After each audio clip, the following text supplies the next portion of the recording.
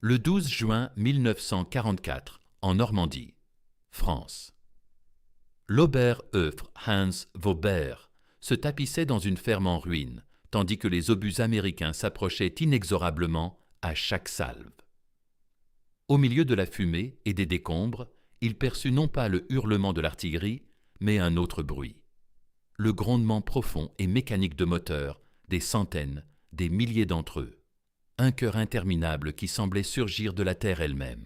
On avait enseigné à Vibert que les usines américaines étaient inefficaces, leurs ouvriers paresseux, leurs machines rudimentaires. Il avait ri devant les films de propagande dépeignant les chaînes de montage de Détroit. Mais à présent, alors que le sol vibrait sous ses pieds et que l'horizon se peuplait de chars Sherman s'étendant à perte de vue, son amusement s'étrangla dans sa gorge. En cet instant, encerclé et surpassé en armement, il saisissait une réalité que le Reich avait niée obstinément. Ce n'était plus une guerre, c'était l'industrie face à l'idéologie, et le verdict avait été rendu bien avant le premier coup de feu. L'odeur âcre de la cordite imprégnait les poumons de Weber. Autour de lui, ses camarades de section murmuraient des prières dans l'obscurité. Dehors, l'avancée américaine progressait avec la régularité implacable d'une ligne de production, méthodique, inarrêtable, précise. Quelques semaines plus tôt, Weber avait moqué ces mêmes soldats, les qualifiant de mouses, affirmant qu'ils étaient incapables de se battre sans leurs engins. À présent, en observant une nouvelle vague de camions émerger de la poussière, tous identiques les uns aux autres, il comprenait que ces machines n'étaient pas un soutien. Elles incarnaient l'essence même. L'Amérique n'était pas venue livrer une guerre classique. Elle venait montrer ce que représentait véritablement la puissance industrielle. Et l'Allemagne, malgré toute sa fierté guerrière, avait apporté des fusils à une bataille d'usines. La propagande s'était montrée si persuasive tout au long de 1943 et au début de 1944 que les soldats allemands avaient intériorisé ces récits jusqu'à en faire des vérités absolues. L'Amérique était une nation hybride, fracturée par les races et les classes, incapable de l'unité nécessaire à une guerre totale. Ses ouvriers, gâtés par des salaires élevés et un confort excessif. Ses usines, bien que nombreuses, manquaient de la finesse et de la qualité de l'ingénierie allemande. Les chiffres comptaient une autre histoire, mais peu de soldats allemands y avaient accès. En 1943 seulement, les usines américaines avaient produit plus de 85 000 avions. L'Allemagne en avait réalisé environ 25 000. Les États-Unis avaient mis en service 27 porte-avions cette année-là. L'Allemagne n'en possédait aucun. Les chantiers navals américains livraient un nouveau navire Liberty toutes les 42 heures en moyenne. Certains sortirent des chaînes en seulement 24 heures, soudés par des ouvriers qui étaient encore fermiers ou boutiquiers quelques mois auparavant. Weber écoutait le ronronnement des moteurs des chars, constant, puissant, fiable, chacun transportant des montagnes de ravitaillement sans relâche. Le doute se muait en certitude. L'Allemagne ne pouvait rivaliser avec cela. La guerre ne reposait plus sur le courage ou les stratagèmes. Elle se mesurait à qui construisait plus vite et plus abondamment, et qui maintenait le rythme. Lorsqu'ils arrivèrent au port de Boston, les dernières illusions s'effondrèrent face à une puissance industrielle que la propagande n'avait pas su anticiper. Les quais s'étendaient sur des kilomètres. Des grues pivotaient jour et nuit, chargeant les navires dans un cycle perpétuel. Des entrepôts dominaient le front de mer pendant que des trains déchargeaient des cargaisons déjà prêtes pour de nouveaux théâtres d'opération. Debout parmi les autres prisonniers, Weber entendit Müller murmurer. « Comment combattre cela, au Maine ?» Nul ne répondit. Il n'y avait plus de réponse à offrir. Le voyage en train vers l'ouest dispensait des milliers de kilomètres d'enseignement. Par les fenêtres grillagées, les captifs apercevaient des fermes s'étendant à l'infini et des usines tournant sans trêve. Les autoroutes débordaient de voitures civiles alors que la guerre faisait rage outre-mer. Quote, en interrogea un soldat.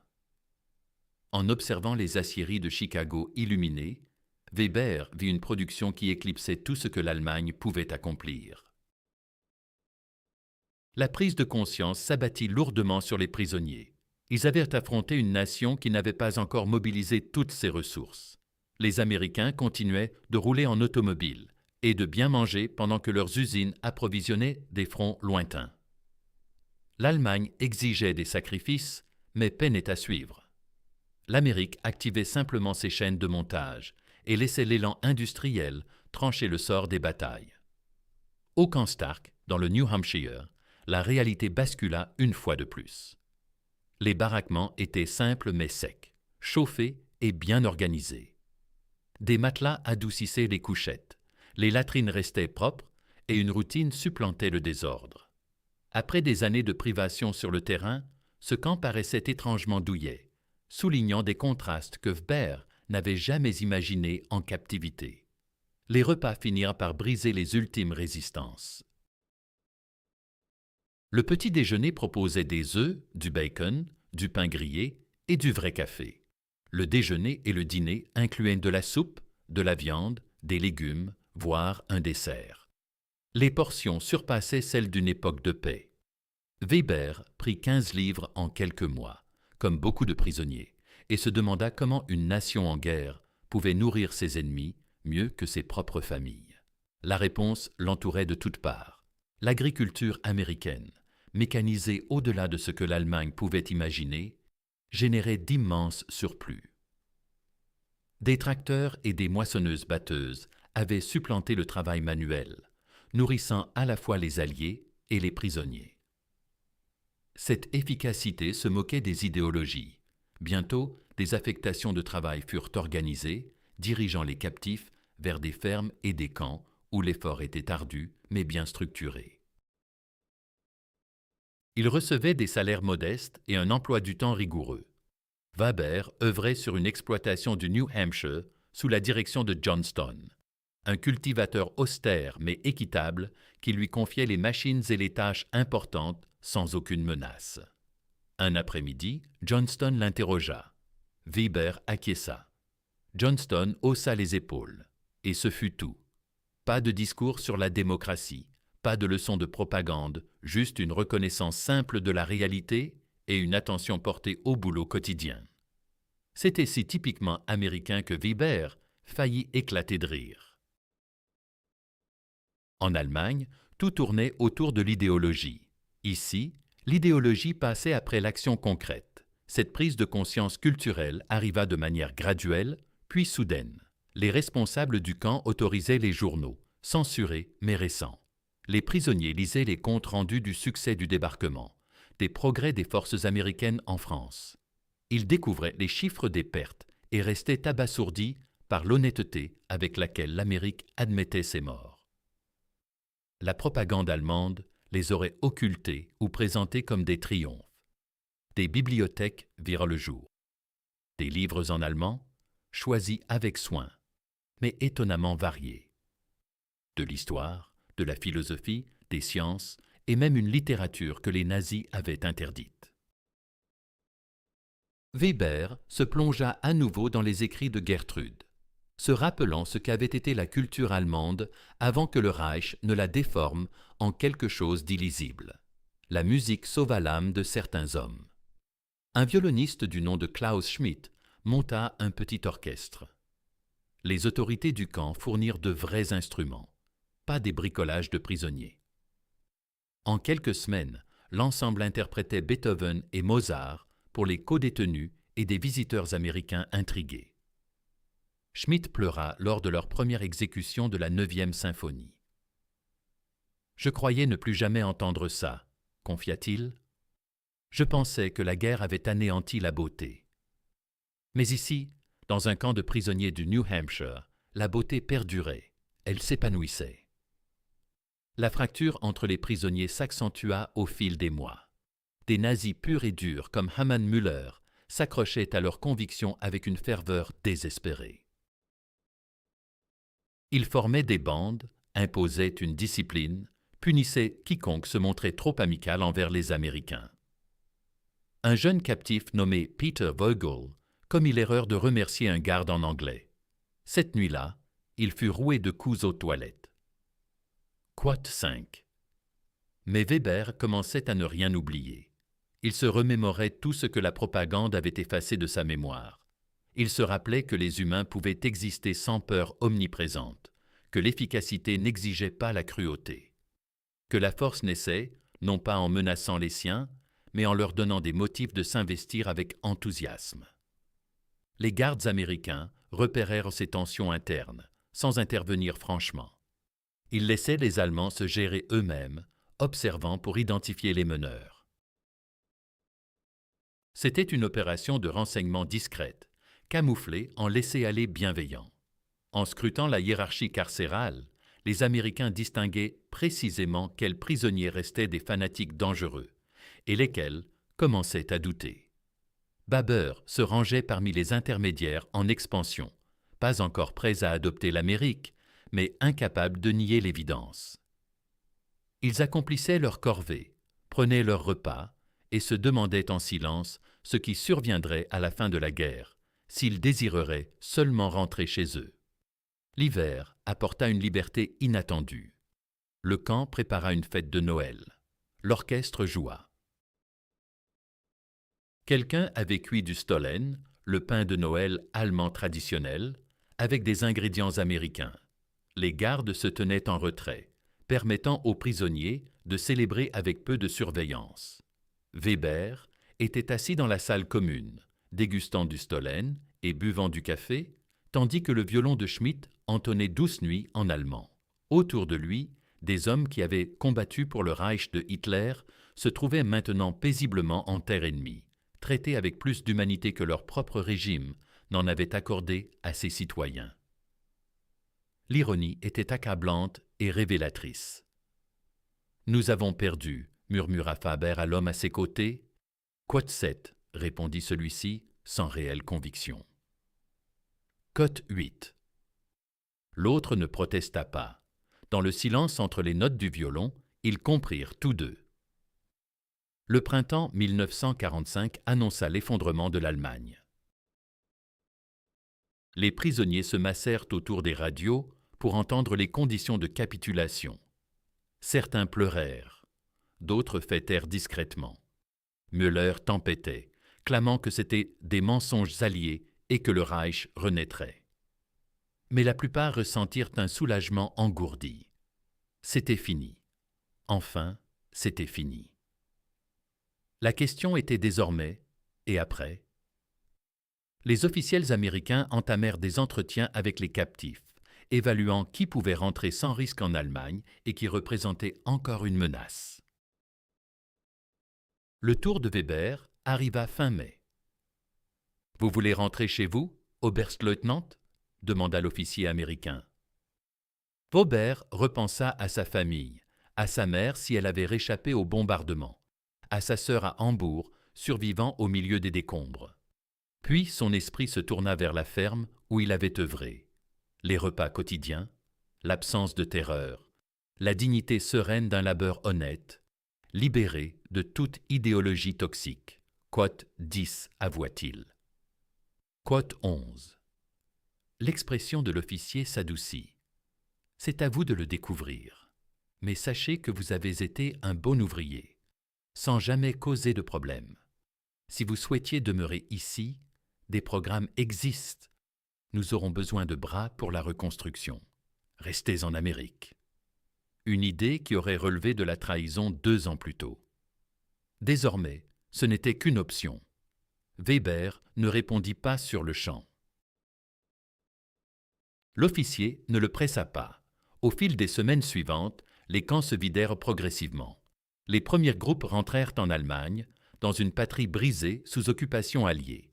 Des lettres affluèrent, peu à peu, évoquant des villes changées en gravats, une population affamée, un pays démoli dans sa chair et son âme. Le fossé, avec ce que les prisonniers avaient connu aux États-Unis, n'aurait pu être plus béant. Certains captifs optèrent pour le séjour, pas la totalité, mais suffisamment pour qu'on le remarque. Des hommes qui avaient combattu l'Amérique déposant désormais des demandes pour y immigrer, dans ce territoire qu'ils avaient jadis raillé. Ils y discernaient des perspectives, là où ils n'avaient anticipé que la geôle. Ils y avaient rencontré une équité imprévue au lieu de la barbarie annoncée. Weber trancha en juillet. Il regagnerait l'Allemagne, mais uniquement pour y retrouver les siens et les aider à émigrer. Il avait constaté ce qu'une nation fondée sur les chances plutôt que sur les dogmes pouvait accomplir.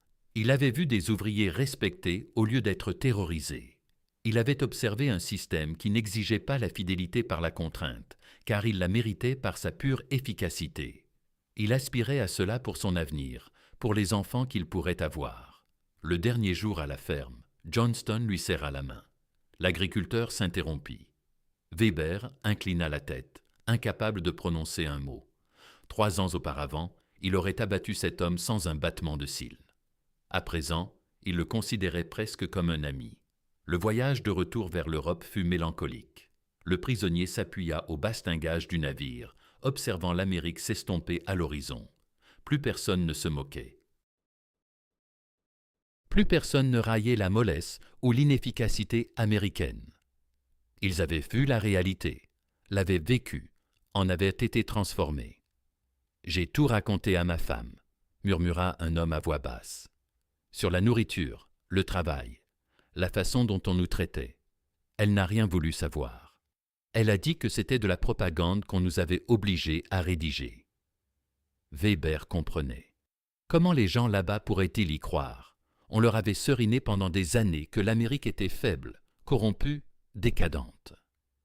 Admettre la vérité revenait à reconnaître que tout le reste n'était que mensonge, que leur sacrifice, leur tourment, leur dévotion au Reich, tout cela n'avait servi qu'une illusion.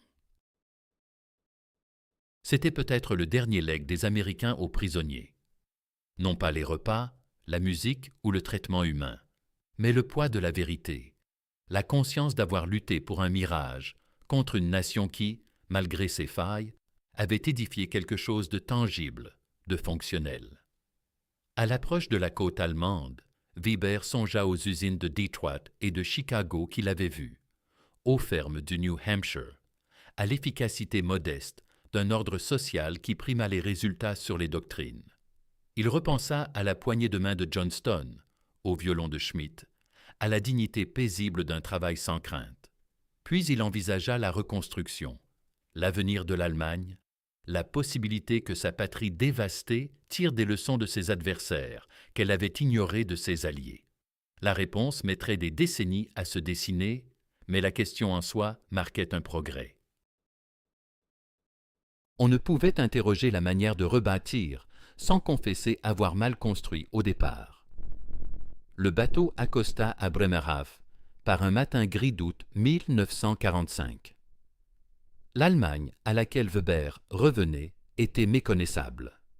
Des villes réduites à des carcasses, des habitants aux yeux caves de faim, une économie effondrée au point que les cigarettes valaient monnaie courante.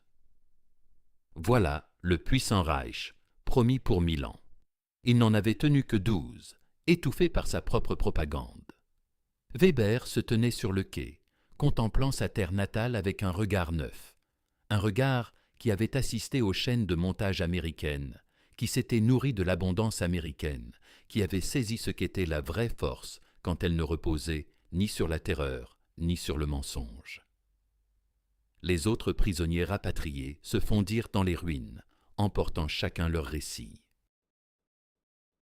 Des récits d'abord murmurés, puis proclamés plus fort au fil des ans. Des histoires sur des camps où la nourriture était abondante et les gardiens humains. Sur une nation si prospère qu'elle pouvait se permettre de dignifier ses ennemis. Sur des usines tournant sans relâche, tandis que les familles américaines vivaient dans l'aisance.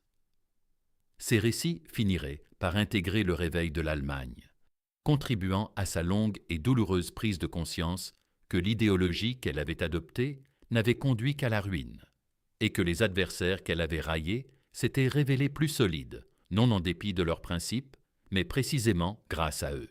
Weber n'oublia jamais le bruit de ses moteurs en Normandie, ce grondement mécanique incessant qui signalait non seulement l'arrivée d'une armée, mais celle d'une civilisation industrielle engagée dans le conflit.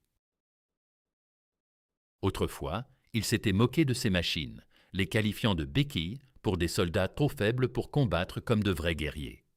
Désormais, il saisissait qu'elle représentait autre chose, le son d'un pays qui avait perfectionné l'art de la construction, qui avait su coordonner l'effort humain à une échelle que l'Allemagne n'avait jamais atteinte. Un pays qui avait démontré que les idéologies ne pesaient rien face à la puissance brute de la compétence, des ressources et de la détermination.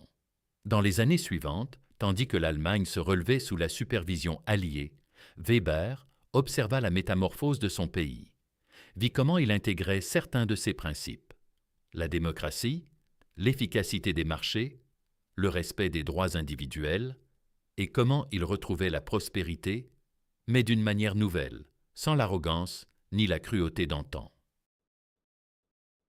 Avec une compétence discrète qui aurait paru familière à l'agriculteur Johnston, qu'il ne revit jamais en Nouvelle-Angleterre, des obligations familiales le retinrent en Allemagne, il transmit cette expérience à ses enfants. Il leur apprit le prix de la présomption, la distinction entre force et barbarie, et comment, parfois, les ennemis enseignent plus que les alliés ne le feront jamais. Dans les instants de calme, il se remémorait cette première tablette de chocolat, le sourire du caporal américain, la file infinie de camions s'étendant à l'horizon. Et il songeait au rire qui s'était éteint dans sa gorge ce jour-là en Normandie, quand il comprit enfin ce qu'il affrontait. La vraie force n'a pas besoin de se vanter, de menacer, ni de propager sans fin pour imposer ce que chacun peut constater de visu. La vraie force se contente de construire, de produire, de fournir, et laisse les faits parler d'eux-mêmes.